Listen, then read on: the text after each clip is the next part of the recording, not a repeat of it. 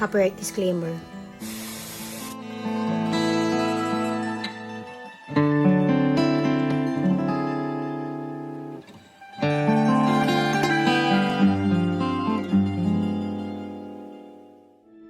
This was the dream I had at the early hours of today, 1/12/24. I saw a former classmate named Dennis and I asked him why he bleached his hair. And he responded that he will dye it with blue color. And I told him that he will look like a clown. No response from him, and then I woke up.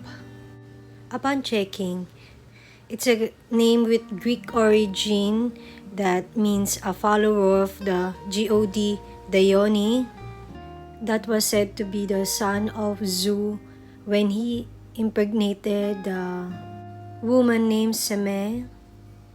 Now the story goes that the wife of Zeus named Hera was quite jealous, and she convinced the woman Semele to ask Zeus to show his true self or substance. And when he did, she was killed from the thunderbolts or the lightning. Now when Zeus learned that she was pregnant, he put the baby into his thigh.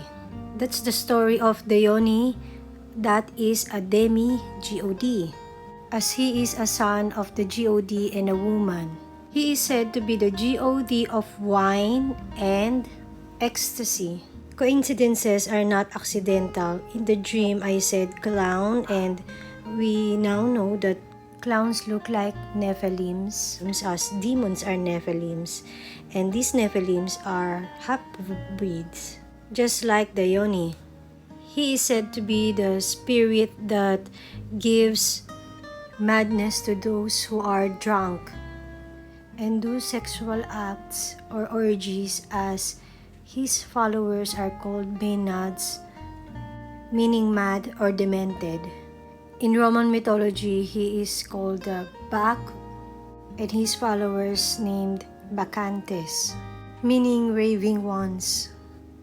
Regardless of names, Dione is an evil god, as even in their mythology, it was said that he had influenced the followers called the Maenads to not just kill the king of Thebes named Pentheus, but do a sparagmos, that is an act of rending, tearing apart, or mangling the body.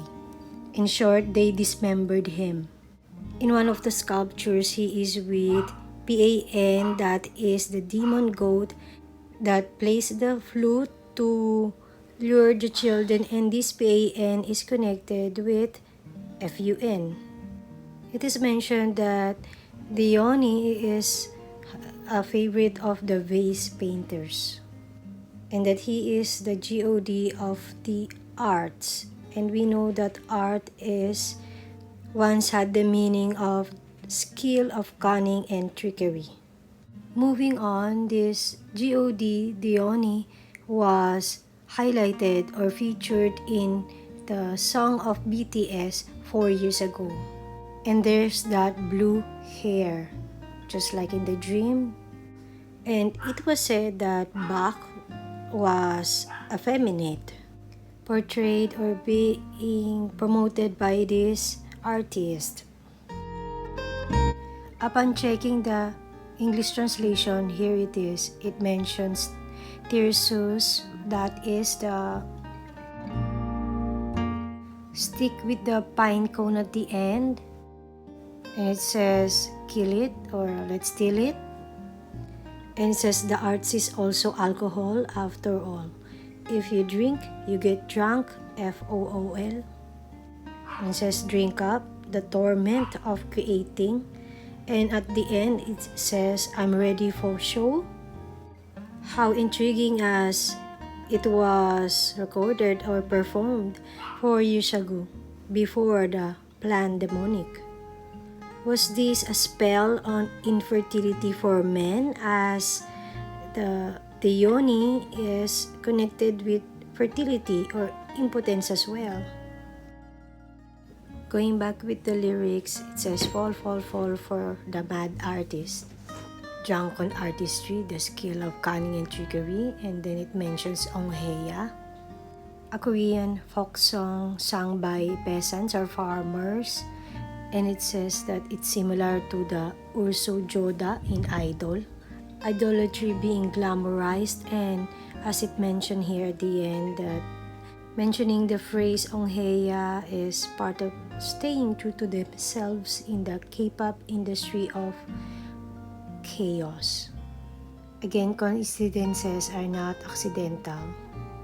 And the reference here being reborn, as that's a term that is said to be connected with the Freemasons' belief in rising out of the ashes.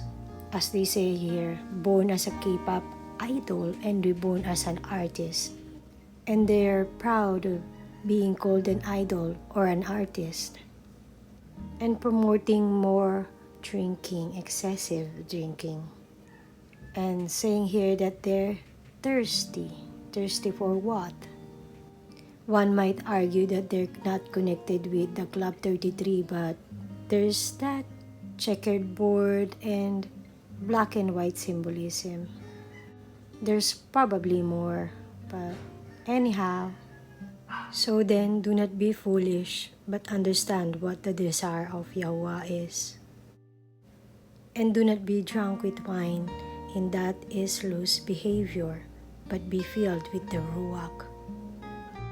Praise be to Yahuwah Almighty, and may the light of Yahushua Mashiach be upon us. Shabbat Shalom.